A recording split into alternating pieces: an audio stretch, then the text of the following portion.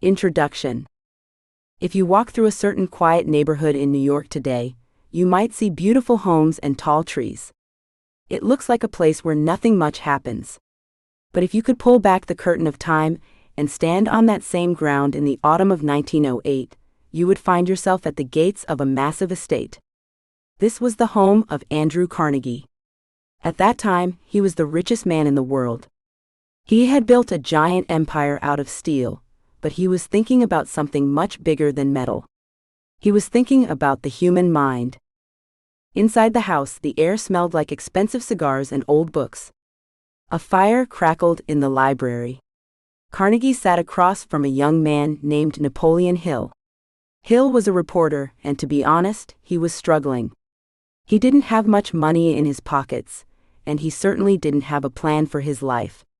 He was just trying to get a good story. He had no idea that his life was about to change in exactly 60 seconds. Carnegie looked at the young reporter and made him a strange offer. He told Hill that he wanted someone to spend the next 20 years interviewing the most successful people in the world. He wanted to find a universal formula for success, a set of rules that anyone could follow to get what they wanted. But there was a catch. Carnegie wouldn't pay him a single penny for the work. He would only give him the introductions to the famous people. Carnegie pulled out a stopwatch. He gave Hill exactly 1 minute to decide. The room went silent. You could hear the clock ticking on the wall. Hill's mind was racing. He was broke. He had bills to pay. Taking this job seemed like a terrible idea for his bank account. But something deep inside him whispered that this was the moment he had been waiting for. With only seconds left, Hill said yes. That one decision changed the world. It led to the birth of what we now call manifestation. Carnegie believed that success wasn't a lucky accident. He believed that everything the mind can conceive and believe, it can achieve.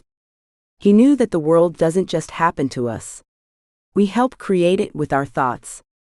This was the start of a secret that has been passed down for over 100 years. The struggle we all feel. Most of us feel a lot like Napoleon Hill did before he said yes. We feel like we are working as hard as we can, but we aren't getting anywhere. You might feel like you are stuck in a loop. You wake up, you go to a job that doesn't make you feel excited, you worry about bills, and you go to sleep feeling exhausted. It feels like you are swimming against a very strong current. No matter how hard you kick, you stay in the same place. Maybe you have tried thinking positive. You might have even watched some movies or read some books about the law of attraction. You sat on your couch and tried to imagine a big check in the mail or a new car in the driveway. But when you opened your eyes, the bills were still there, and the car was still making that weird clicking sound. It's frustrating. It makes you feel like maybe this stuff is just a trick or a fairy tale for people who are already lucky. The truth is, most of the advice out there is missing a few big pieces of the puzzle. It's like being given the parts to a car, but no instructions on how to put them together. You have the engine, your desires, and the wheels, your actions, but you don't know how to turn the key. You feel like a victim of your life instead of the boss of it. You wait for things to get better, hoping for a lucky break, but the break never comes. This creates a deep sense of anxiety. You worry about the future because you don't feel like you have any control over it. A new way to live. This book is going to change that. You are not here to just wish for a better life. You are here to become a conscious co-creator. That sounds like a big title, but it just means you are going to learn how to work with the universe instead of fighting against it. Imagine your life is like a radio. Most people are listening to a station full of static and loud, angry noises. They hate the music, but they think they have to listen to it because that's what's playing. They don't realize there is a dial on the front of the radio. They can turn it. They can find a station that plays beautiful music, but they have to change the frequency first. By the time you finish these chapters, you will know exactly how to turn that dial. You won't just be hoping for success, love, or money. You will be tuning into them. You will move through life with a sense of ease. Instead of struggling against the current, you will feel like the wind is at your back. You will understand that the world around you is actually a mirror. It is reflecting back what is happening inside your mind. If you want the reflection to change, you have to change the person standing in front of the mirror. This isn't a magic trick. It is based on how your brain works and how energy moves in the world. We are going to look at the science of it, but we are going to keep it simple. You will learn how to shift your energy so that you become magnetic. People, opportunities, and money will start to be drawn to you.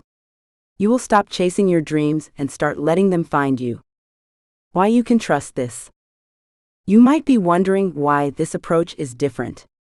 It's because we aren't just going to talk about happy thoughts. We are going to look at the laws that never change. We are going to learn from people like Nikola Tesla, who understood how energy and vibration work. We will look at Florence Scovel Shinn, who knew exactly how the words we speak create the world we see. These aren't just ideas.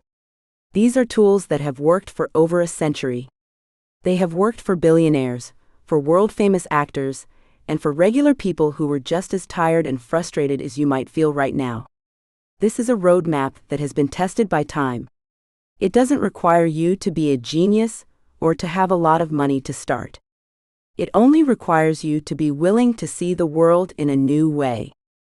Meet Sarah. To see how this works in the real world, we are going to follow the story of a woman named Sarah Jenkins. Sarah lives in Chicago. She is 34 years old and works as a marketing coordinator for a company that moves freight and boxes around the country.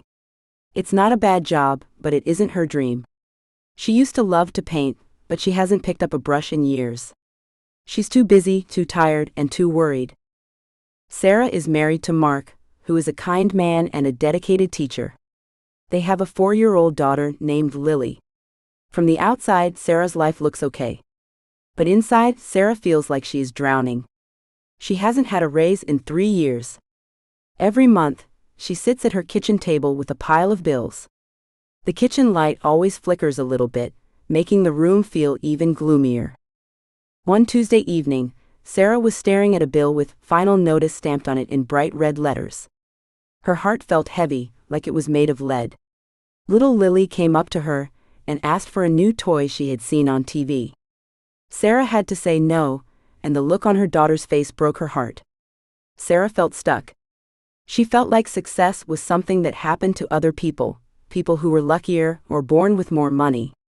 She believed that she just had to grind and work herself to the bone until she could finally retire. While she was cleaning up, Sarah found an old notebook in a drawer. It was from 10 years ago. In it, she had written down big dreams. She wanted to own a gallery. She wanted to travel. She wanted to live in a house full of light and art. As she read those words, she realized she hadn't even thought about those dreams in a long time. The gap between her life and those dreams felt so wide that it seemed impossible to cross. She felt like she was standing on one side of a canyon, looking at a beautiful city on the other side, but there was no bridge in sight. The journey ahead. Sarah's story is just beginning, and so is yours. Over the next several chapters, we are going to build that bridge together. We are going to look at exactly why most people fail to get what they want. It's usually because they are trying to fix the outside world without fixing the inside world first. We will explore the missing link that keeps so many people stuck. We will dive into the science of your brain. You will learn about something called the reticular activating system. It's a part of your brain that acts like a filter. Right now, it's probably filtering for problems and lack. We are going to learn how to reprogram it to filter for opportunities and abundance. You will discover that your thoughts are actually measurable energy, much like the radio waves that Nikola Tesla studied. We are also going to learn about the power of your words and your feelings. We will talk about reprogramming the subconscious, how to change the software running in your head while you sleep. Radical gratitude, why being thankful for things before they happen is the fastest way to make them show up. The bridge of incidents, how the universe organizes random events to lead you to your goal. Clearing clutter, how to let go of old anger and sadness that are holding your vibration down. Inspired action, the difference between working hard and working with flow. You will see Sarah start to use these tools. You will watch her as she tries to change her radio dial while sitting in her cluttered cubicle at work. You will see what happens when she stops worrying and starts tuning in. This journey isn't just about getting more money or a better job. It's about who you become along the way. It's about shifting from a person who feels like a victim to a person who knows they are a creator. It's about finding that creative spark again, just like Sarah is about to do. The universal formula that Andrew Carnegie wanted to share is now in your hands. You don't have to wait 20 years to find it. You don't even have to wait 60 seconds to decide if you want it. The bridge is starting to appear. The static on the radio is starting to clear. It is time to see what happens when the universe starts working for you instead of against you. Let's begin. Chapter 1: Why do most people fail to get what they want? The man had exactly 3 weeks to save his home. The bank did not care about his excuses. They did not care that he was a good person or that he worked hard. The notice was taped to his front door in bright, ugly yellow paper. He had 21 days to find thousands of dollars he didn't have, or he and his family would be on the street. Every morning, this man woke up and told himself he would find a way. He looked in the mirror and said, "I am rich. I am successful." He tried to smile. He tried to think positive thoughts. But as he drove to a job that paid him pennies, his heart felt like a heavy stone. Behind his fake smile, a tiny mean voice whispered the truth: "You are broke. You are a failure. You are going to lose everything." In the early 1920s, a man named Dr. Joseph Murphy watched thousands of people deal with this exact same struggle in Los Angeles. Murphy was a man who looked for answers in places others ignored. He wasn't just a teacher, he was a student of the human mind. He spent his days talking to people who were desperate for a miracle. Some of them got what they wanted. Their businesses grew, their bodies healed, and money seemed to fall from the sky. But most people, the vast majority, failed. They prayed, they wished, and they tried to be happy, but nothing changed. Murphy realized there was a gap between what people said they wanted and what they actually believed. He watched a woman pray for a new job, while her eyes were filled with the fear of being poor. He saw a man ask for health while he told everyone he met how sick he felt. Murphy saw that the world wasn't giving these people what they asked for with their words. It was giving them exactly what they felt in their hearts. He began to realize that the human mind is like a ship. The conscious mind, the part of you that thinks and talks, is the captain. The captain stands on the deck and gives orders. He says turn left or full steam ahead. But the captain doesn't actually move the ship. The real power is down in the engine room. That is the subconscious mind. The workers in the engine room don't see the ocean. They don't know if the captain is right or wrong. They just follow the orders. If the captain yells, "We are going to hit an iceberg," the workers don't stop to argue.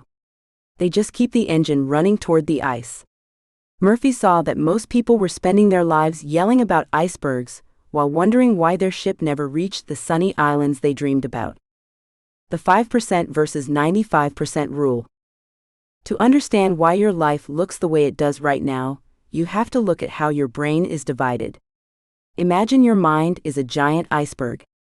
The small part you can see above the water is your conscious mind. This is about 5% of your total brain power. This is the part of you that decides to go on a diet, start a business, or try to stay positive. The massive part of the iceberg hidden under the dark water is your subconscious mind. This is the other 95%. This part of your brain handles everything you don't have to think about. It keeps your heart beating. It tells your lungs to breathe while you sleep. It also holds every memory, every fear, and every belief you have ever had since the day you were born. The problem is that the 5% and the 95% are often at war. You might use your 5% to say, I want to be a millionaire. That sounds great. But if your 95% has a deep belief that says, money is the root of all evil, or people like me never get rich, who do you think is going to win? The 95% wins every single time. It is bigger, stronger, and it never sleeps. This is the missing link in manifestation. Most people fail because they are trying to change their lives using only 5% of their power. It is like trying to move a giant truck by pushing it with one finger while the parking brake is still on. You can push until you are tired and sweaty, but that truck isn't going anywhere. Andrew Carnegie, one of the richest men to ever live, understood this perfectly. He used to tell his students that vague desires bring vague results. If you just wish for something, your subconscious doesn't know what to do with that. A wish is weak. A wish doesn't have enough power to change the engine room. Carnegie knew that for the law of attraction to work, you had to move past wishing and into a state of definite purpose. You had to convince the 95% that the goal was already a reality. The radio dial of reality. Think of your life like a radio. All around you, right now, there are hundreds of different songs playing in the air. You can't see them or hear them, but they are there. There is jazz, there is rock and roll, and there is the news. To hear a specific song, you have to turn the dial to the right station. If you want to hear beautiful music, but your radio is tuned to a station that only plays static and bad news, you won't hear the music. It doesn't matter how much you hope the music starts playing. It doesn't matter how much you ask the radio to be better. You have to physically change the frequency. Sarah Jenkins sat in her cubicle in Chicago and felt like her radio was broken. The walls of her office were a dull gray color that seemed to suck the energy right out of her. Outside her window, all she could see was a brick wall. For 3 years, she had been waiting for a raise. For 3 years, she had been trying to think positive about her job. She had a sticky note on her computer that said, "Good things are coming," in bright pink ink. But every time she looked at it, she felt a pang of sadness.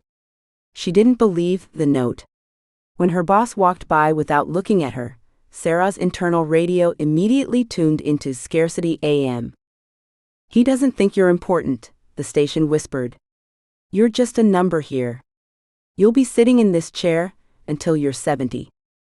Sarah was trying to listen to Success FM with her conscious mind, but her internal dial was stuck on a loop of old, dusty records.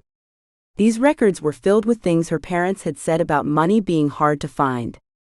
They were filled with the memory of the time she failed an art contest in high school. Her subconscious mind was broadcasting a signal of not enough, and the universe was simply reflecting that signal back to her. She was stuck in the gap. Her words said growth, but her vibration said stagnation. She didn't realize that her brain was acting like a filter. Because she believed she was stuck, her brain literally stopped looking for ways to get out. It filtered out the job postings that would have been perfect for her. It filtered out the creative ideas that could have started a side business. It only showed her things that proved her stagnation station was right. The internal blueprint and the lottery curse. We see this gap play out in the real world all the time, especially when people get what they want before they are ready for it. Consider the story of the lottery curse. There have been many people who were broke one day and millionaires the next. They won the lottery and thought all their problems were over. They had the 5% goal, wealth, and they finally got it. But their 95%, their internal blueprint, was still set to broke. Within 2 to 5 years, a huge number of these winners lose every single penny. They buy fast cars, they give money away to friends who don't deserve it, and they make bad choices. Why? Because their subconscious mind felt uncomfortable with all that money. It didn't fit the blueprint. The engine room saw the ship was in wealthy waters and said, "Wait? This is wrong. We are supposed to be in struggle harbor." The subconscious then works behind the scenes to sabotage the person. It makes them forget to pay taxes. It makes them trust the wrong people. It does whatever it takes to get the ship back to where the blueprint says it belongs. This is why you don't attract what you want. You attract who you are. If you are a person with a broke blueprint, you can't keep wealth even if it's handed to you on a silver platter. Dr. Joseph Murphy saw this in his clinic in California. He saw that if he could change the blueprint, the life would change automatically. He developed what he called the sleep technique.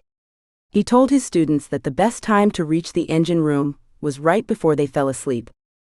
When you are drowsy, the captain, the conscious mind, starts to fall asleep. The walls between the deck and the engine room get thin. This is the moment when you can slip in a new order. Murphy told people to stop begging for things. Instead, he told them to repeat one or two simple words that represented the end result. If they needed money, they shouldn't say, "I want money." That just reminds the subconscious that they don't have it. Instead, they should slowly repeat the word wealth or success over and over like a lullaby. By doing this, they were planting a new seed in the soil. They were changing the radio station while the static of the day was quiet.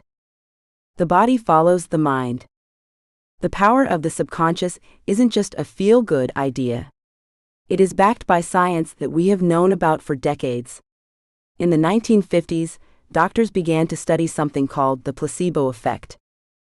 In these studies, doctors would give two groups of people medicine for a headache. The first group got the real drug. The second group got a sugar pill, a piece of candy that did nothing. But the doctors told the second group that it was a powerful new medicine. Time after time, the people who took the sugar pill got better. Their headaches went away. Their blood pressure went down. In some cases, their bodies even produced the chemicals that were in the real drug, even though they never took it. How is that possible? It happened because the subconscious mind believed the body was healing. The captain gave the order, "We are taking medicine, so we must get better." The engine room didn't care that the medicine was fake. It just followed the order and started the healing process. This proves that your physical reality, including your bank account and your health, is a reflection of what your subconscious believes to be true.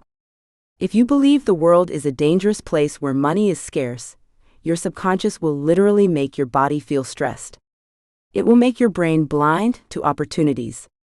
It will keep you in a state of survival. Closing the gap. Most people fail because they spend their lives fighting against their own blueprints. They try to hustle their way to success. They work 80 hours a week. They drink too much coffee and they burn themselves out. They are trying to force the mirror of reality to change without changing the person standing in front of it. If you stand in front of a mirror and you have a piece of dirt on your forehead, you don't try to wipe the dirt off the mirror. That would be silly. You know the mirror is just reflecting what is there. To fix the reflection, you have to wipe the dirt off your own face. The law of attraction works the same way. Your life is the mirror. If you don't like the dirt of debt or loneliness in your life, you can't fix it by wiping the mirror. You can't fix it by complaining about your boss or blaming the economy. You have to go within and change the face that is being reflected. This is the hard part. It is much easier to blame the world than it is to admit that your own internal radio dial is tuned to a bad station. But once you realize this, you become powerful. You stop being a victim of what happens to you. You start to see that everything is happening from you. The man who had 3 weeks to save his home finally stopped panicking. He took Joseph Murphy's advice. Every night, as he drifted off to sleep, he stopped thinking about the yellow paper on his door. He stopped thinking about the bank. He just closed his eyes and felt the feeling of peace. He whispered the word wealth until he fell asleep. On the 10th day, a random thing happened. He ran into an old friend at a gas station. The friend mentioned that he was looking for a partner for a new construction project. He needed someone he could trust, and he was willing to pay a large signing bonus to get the project started immediately. The man didn't have to hustle for that money. He didn't have to beg the bank. He changed his internal frequency, and the bridge of incidents began to build itself. The universe moved people, events, and gas stations to make sure he got what he needed. The vision of a conscious creator. Imagine what your life would look like if you finally turned off the scarcity AM station forever. Imagine waking up in the morning and knowing, with total certainty, that your engine room is working to bring you everything you desire. When you master the law of attraction, you stop chasing your dreams. Chasing implies that the dream is running away from you. It implies that you are separate from what you want. A conscious co-creator doesn't chase. They attract. They become so magnetic that the things they want start chasing them. You will move through the world with a sense of magnetic confidence. You won't be shaken when things go wrong, because you will know that you can simply pivot your energy and change the outcome. You will see opportunities where others see walls. You will feel a deep sense of ease, knowing that the heavy lifting is being done by the 95% of your mind that is connected to the power of the entire universe. The path from where you are to where you want to be isn't a long, hard road. It is a shift in frequency. It is a decision to stop being the captain who screams about icebergs and start being the captain who trusts his crew. In the chapters ahead, we are going to learn exactly how to rewire that blueprint. We are going to look at the science of your brain cells and the ancient secrets of the spoken word. We are going to stop wishing and start manifesting. Your new life is already playing. The music is already in the air. All you have to do is learn how to turn the dial. It is time to stop listening to the static and finally hear the song you were born to play. Chapter 2: The Science of Thought: How Your Brain Shapes Reality. Imagine two men, Leo and Arthur. They both work at the same big company in a busy city. One rainy Tuesday, their boss calls them into a small gray office. He tells them the company is shrinking. Both Leo and Arthur are losing their jobs. Leo walks out of the building and stares at the puddles on the sidewalk. To him, the rain feels like a cold weight on his shoulders. He thinks about his bills, his empty fridge, and how hard it is to find work. He tells himself, this is just my luck. Things always go wrong for me. By the time he gets home, his head hurts, his back is stiff, and he feels like the whole world is pushing against him. Arthur walks out of the same building into the same rain. He feels the damp air and thinks about how the trees in the park must need the water. He is worried, of course, but he says to himself, I've wanted to start my own business for years. Maybe this is the push I needed. He goes home, makes a cup of tea, and starts writing a list of people he can call. He feels a spark of excitement in his chest that keeps him warm even though his coat is wet. Both men had the exact same thing happen to them. Their physical world was identical. But within an hour, their bodies and their futures began to move in two different directions.